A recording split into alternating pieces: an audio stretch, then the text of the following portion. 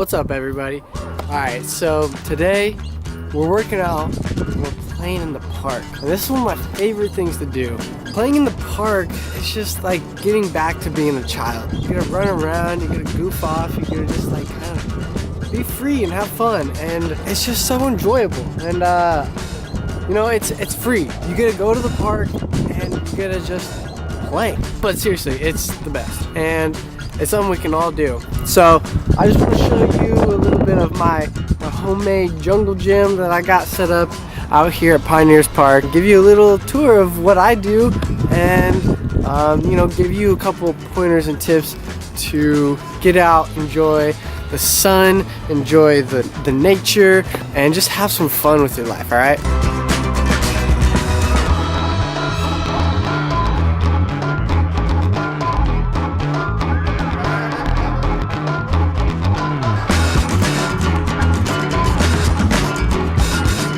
Getting outside and into nature is not just beneficial for your overall, you know, mental well-being. Getting the sunshine it gives you vitamin D, and especially in these times during the winter where we're all cooped up inside, you know, we don't get much of that sunshine.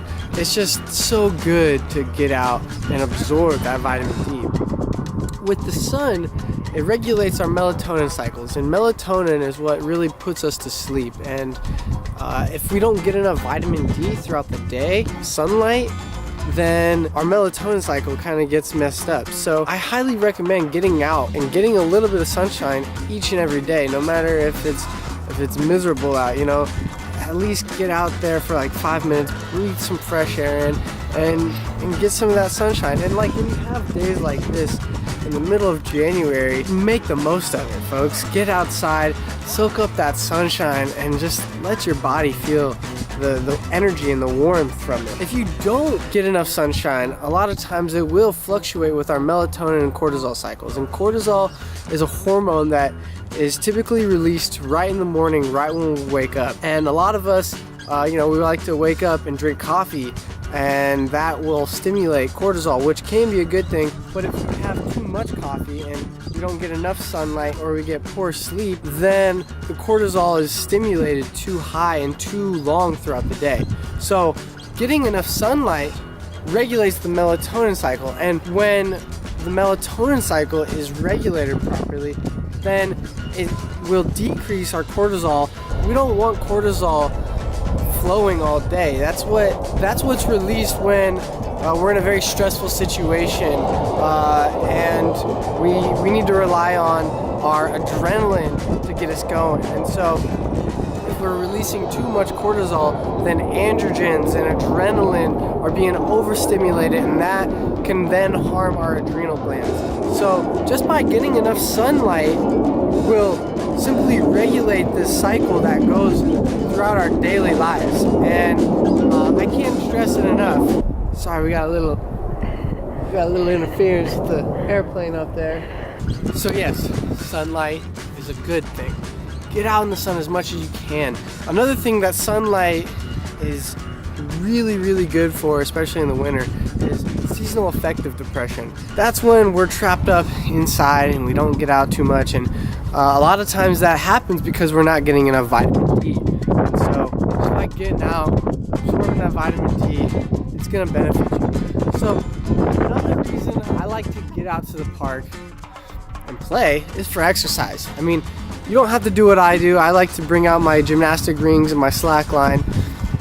But simply just getting outside, walking around, maybe do some sprints or light jogging. It's good for you. It's exercise. And the thing with it, like, there's no rules. You don't have to do a program to get exercise. No, just by moving your body around, letting yourself be free and flowing will stimulate those dopamines and those feel-good chemicals that we all love and need every single day to just keep us going, to keep us feeling good, to keep us happy and enjoying the fruits of life.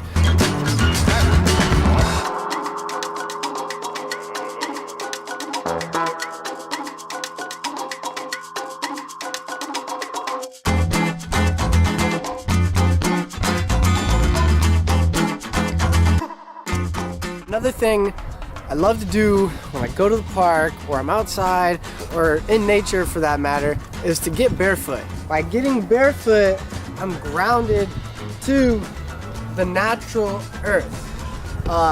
Think about how much of our lives are spent in our shoes with rubber between our feet and the ground. A lot of it, a lot of our lives are spent with this barrier between us. And I'm not saying that's a bad thing, but they protect our feet, and if our feet aren't stable enough and strong enough to hold ourselves up barefoot, then shoes can be a good thing. Man was born with no shoes for a reason. It's important that we get out and we get our skin touching the ground, because our bodies are charged with a lot of positive ions, and the ground is charged with negative ions. And I mean, if you know anything about basic electricity, you know that they want to be balanced. And so by allowing the ground to have contact with our feet or our hands or our butts, whatever it is, we're balancing out that negative and positive ion. And when we have too much positive ions built up inside of us, it's known to cause a lot of inflammation. And if we can just do a simple thing by getting grounded to the earth, it's gonna balance that out and decrease the inflammation. So I love to get outside, and I love to just get my feet connected to the ground. It feels good. You get to wiggle your toes and remember what it's like to be a little kid, and grab the grass with your toes.